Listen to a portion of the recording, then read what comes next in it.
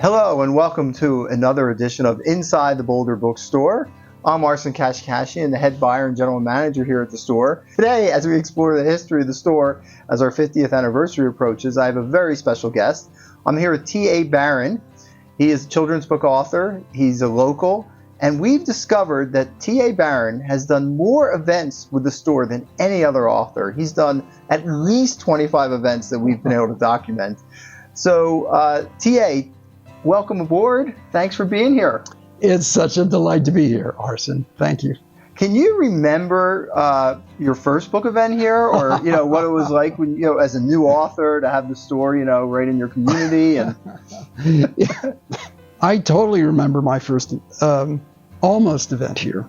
Okay. And keep in mind that when the Merlin books got going and when we were doing a book a year, which we did for 30 years straight, I actually would have often over 200 people come into this bookstore, and we had a marvelous time. But my very first almost event was when I had book number 1, Heartlight, and it was sitting on the bookshelf. And I just came in, and someone, not you, was standing there and said, can I help you? And I said, hey, that's my book. And the person who was here said, no, it's not. Can't be. And I said, yeah, no, it really is my book. And he said, well, okay, so what? And I said, well, I'm just new at this stuff, but I understand that if I sign that book, it'll be easier for you to sell. And your predecessor, I have no idea what his name was, said, no, kid, that's not how it works. He said, this is how it really works. If you sign that book, then when nobody buys it, I can't send it back to the publisher. And I'm thinking, really? Anyway, 5 years later, we had 200 people in this room doing book events, but that was an unlikely beginning to a real romance. That's kind of interesting because books are returnable, and I remember with my HarperCollins rep, who we had a book that we had signed, and the publisher did not want to take them back, and my HarperCollins rep called up the publisher and said, do you want to tell the author, or would you like me to call the author and let him know that his signature has made the book worthless? And so then the publisher got in touch with us and said, oh, you can send the books back. So we haven't had any trouble since then. That's great. So like you said, you were doing big events here, and we don't try to get 200 people in that ballroom anymore. Yeah. But we used to cram people in. Yeah. But you were doing big events here year after year. Can you tell, what was the reaction to your events? I mean, kids' events are so special, and children's light up so much when they get to meet an author they really love. And give us some of your memories or some of your thoughts about some of those events you had over the years. It was magical. And that's a word that I use thoughtfully. Magical is really what they were. I would actually structure my national tours so that I would finish here at the Boulder Bookstore, because after all of that wonderful experience, frankly, I loved all those people in all those places that I went to. But I was pretty dog tired by the time I got home after 4 to 6 weeks of traveling and book events, and I would finish here at my beloved local bookstore, and people were just so warm and enthusiastic, and teachers from the public schools would bring in classes, and the kids would want to talk about how do you make a character come to life, or how do you make a place feel really real, even if it's an enchanted other world. Anyway, it was fabulous, and I think that's part of the secret sauce of the Boulder Bookstore, is that you draw this from this marvelous community, this university town that we happen to live in, people who love stories, love ideas. They just come here, and this is their gathering place. This is like the innermost circle of all the circles of the Boulder community. I think Boulder Bookstore really is right in the center. Well, we were a Merlin Central, that's for sure. No question, no question. I seem to remember sometimes people give you things when people make drawings. Oh, yeah. You get things like. Oh yeah, not just drawings. First of all, I've got more wizard staffs in my writing room than I think any human being on the planet has. People have given me those wonderful carved wizard staffs. There was one kid who had a lightning struck tree that he had very carefully carved into a staff and put a crystal on top. I've also been given amulets and artwork, not just pictures, but beautiful things that have been worked with tile or fabric or other things. I mean, but again, you know what? This isn't about me. It's not even about Merlin. It's that creativity spawns more creativity. Mm-hmm. And that's part of the wonder of being in this realm. And that's part of also, I think it's especially the case in children's books, because kids are so smart, and they're also very in touch with their sense of wonder, their sense of humor. Their imaginations can go anywhere just instantly. They're not jaded. It's a fabulous group to share a story with.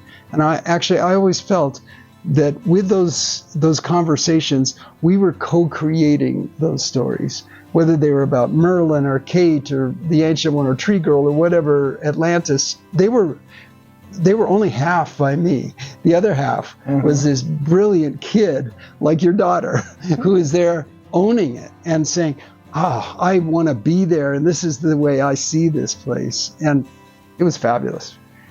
Yeah, I mean, I guess I introduced you as a children's author, and we're talking all about these amazing children's books you've done, but you also worked with John Fielder on a couple books, and we did events with those books. And John has just recently passed, and I was wondering if you could tell us about how that came about and how that differed for you than writing the kids' books. Like, how was it a change of pace, I guess, for you, and what was your experience doing that? Well, first of all, doing a nature book with a wonderful nature photographer like John changed everything, because for me, it was just an excuse to have a really great hike. And in the case of Tawaka Wilderness, it was a month-long hike. And in Rocky Mountain National Park, it was a 2-summer hike. But we were all about trying to bring those marvelous places, whether it's the Maroon Bells Wilderness or Rocky Park, so fully to life in a sensuous way that everybody who read the book, who saw John's pictures, who read my poetry, could actually enter into it and be there. And you may not know this, but I got my start as a nature writer before I ever wrote any fantasy novels, any children's books. I didn't know that. Yeah, I just loved, just with my little notepad when I was a kid, I would just try to describe places and really make them come alive. And I'd read Thoreau or Rachel Carson or the wonderful nature writers that are evocative of place, and feel like, okay, this isn't just a backdrop I'm walking in. This is a character, and I want to really make it come alive. So for me, it was returning to my roots to do those 2 books with John. Well, what I loved about those books was, your writing was very beautiful and evocative, but then you have John's amazing photos right there. I agree. And it was kind of a magical combination. Yeah. Unfortunately, they're not in print right now, but somebody's got to print them again. Yes. So I agree with you. I completely agree with you. They were that deep dive into a place, a really enchanted place that's on this planet. And so in the larger sense, like all of my books, regardless of genre, it's basically a nature parable. It's about, we have this marvelous place right here on our planet, right next door to where we live. How can we do any less than protect that place in all the ways that we can? They're environmental parables, all of them. So one last thing I want to bring up is we tried, and we had a camp for one summer. We did. Based on the Merlin books. I know. And, this is the only time in the 50-year history that we actually tried something. It was a big step for us, and we got together with you, and I think we ran it down by the creek and everything. Mm-hmm. And, but, unfortunately, it didn't seem sustainable at the time. Yeah. But is there any possibility, you think, that there will be a camp in the future that we can work with you in the future? Here's how I would answer that. Absolutely. I am absolutely all here when the time comes. It may be, I think, when the Merlin movie is finally released. Mm-hmm. And then there's going to be enough excitement. Let's do it again.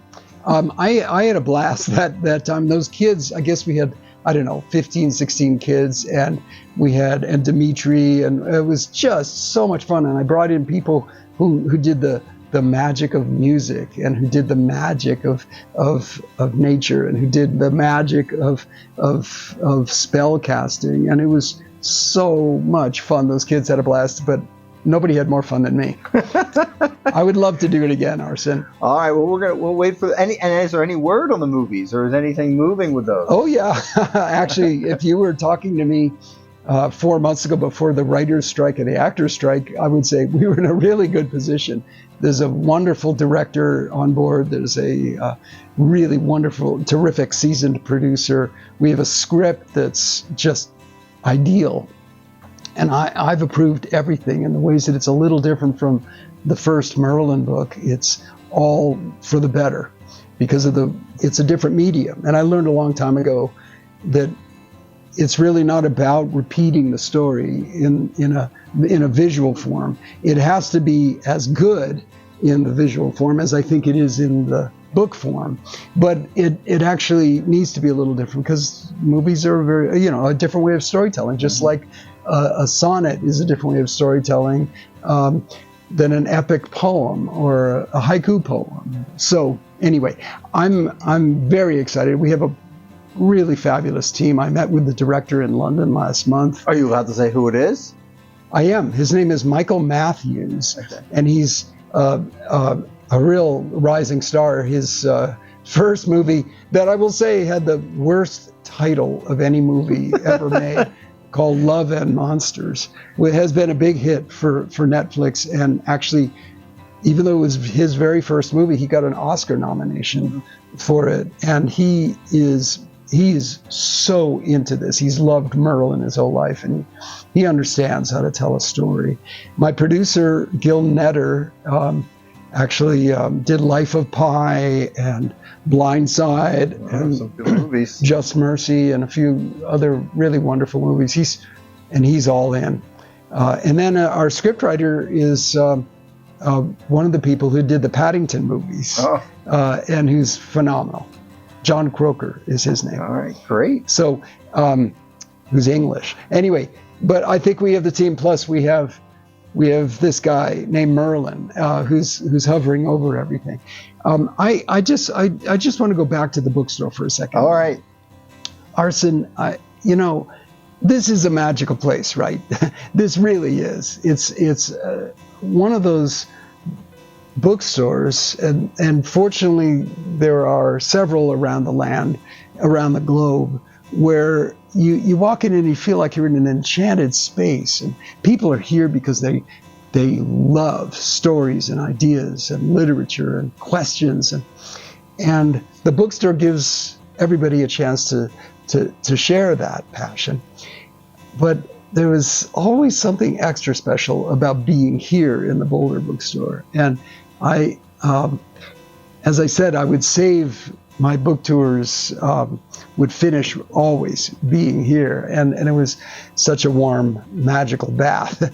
But I also made it a family experience too. You might remember that I would always bring one or two of our young kids. Mm-hmm. And since every one of my books is dedicated to one of my children, they would get to sign the book that had their name in it. So if there was a book dedicated to Ben, There are copies out there in the land of a scrawled B backwards E and N, and those will be by far the most valuable copies. Right?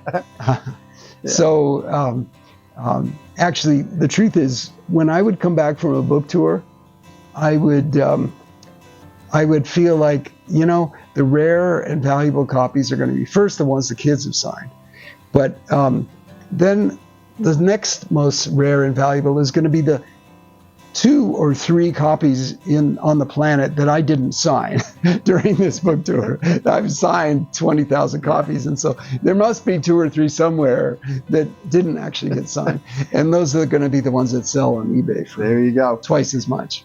Well, I mean, I think it's been authors like you first and foremost who've extended us beyond just the physical space to really make this a place where people can hear these stories and make it a place where you can meet your favorite author, and I think made it a magical place. And so thank you very much, and I really appreciate you coming on and talking to us on our YouTube channel. You're so welcome, Arsen, and just know that it did the same for me. My heart was always lifted when I would come in here for book events, and more recently when we're doing virtual events, the same thing.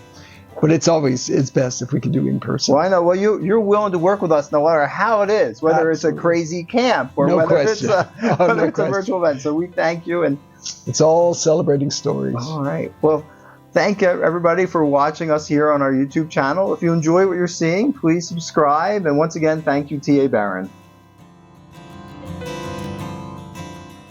Most importantly, we all miss him. John Fielder was a great man and a great voice for conservation, for all of the wildlands, the parklands, the ranch lands, the open lands of this beautiful state of ours. Nobody has ever been a more effective and powerful voice than John. And he did a tremendous thing by all of his years of work, but he also then left it all to the people of Colorado. And I just have so much delight and gratitude in thinking about him. I also had the fun of being able to get to know him pretty darn well in those months that we spent together on our books. And you do get to know someone quite well when you spend 36 hours in a tent with a pounding snowstorm going on outside you. But here, in celebration of John, I would just like to read one paragraph from our first book together, To Walk in Wilderness, a paragraph that really sums up how much both of us loved that shared experience of bringing nature to life for our readers. So this is for you, John. I wrote this passage on the 25th day of our month out in the Snowmass Maroon Bells Wilderness area. And finally, when that snowstorm had cleared, the sun was bright and shiny and the wildflowers were shimmering on the meadow. And this is how I opened the description of that day. This is a day to go on forever. As we stride along the ridge, we hear the continuous rising and falling of wind in the passes, mountain streams in the valleys, birds in the cloudless sky, shifting rocks in the ravines, all combining in a single sonorous fugue. As this ridge stretches before me, so it seems does life, full of hope and opportunity and challenge. Right now, I feel ready to face anything. Even as the late afternoon light deepens the hues and shadows, signaling the inevitable approach of night, I feel far more joy at having lived this day than grief at having lost it.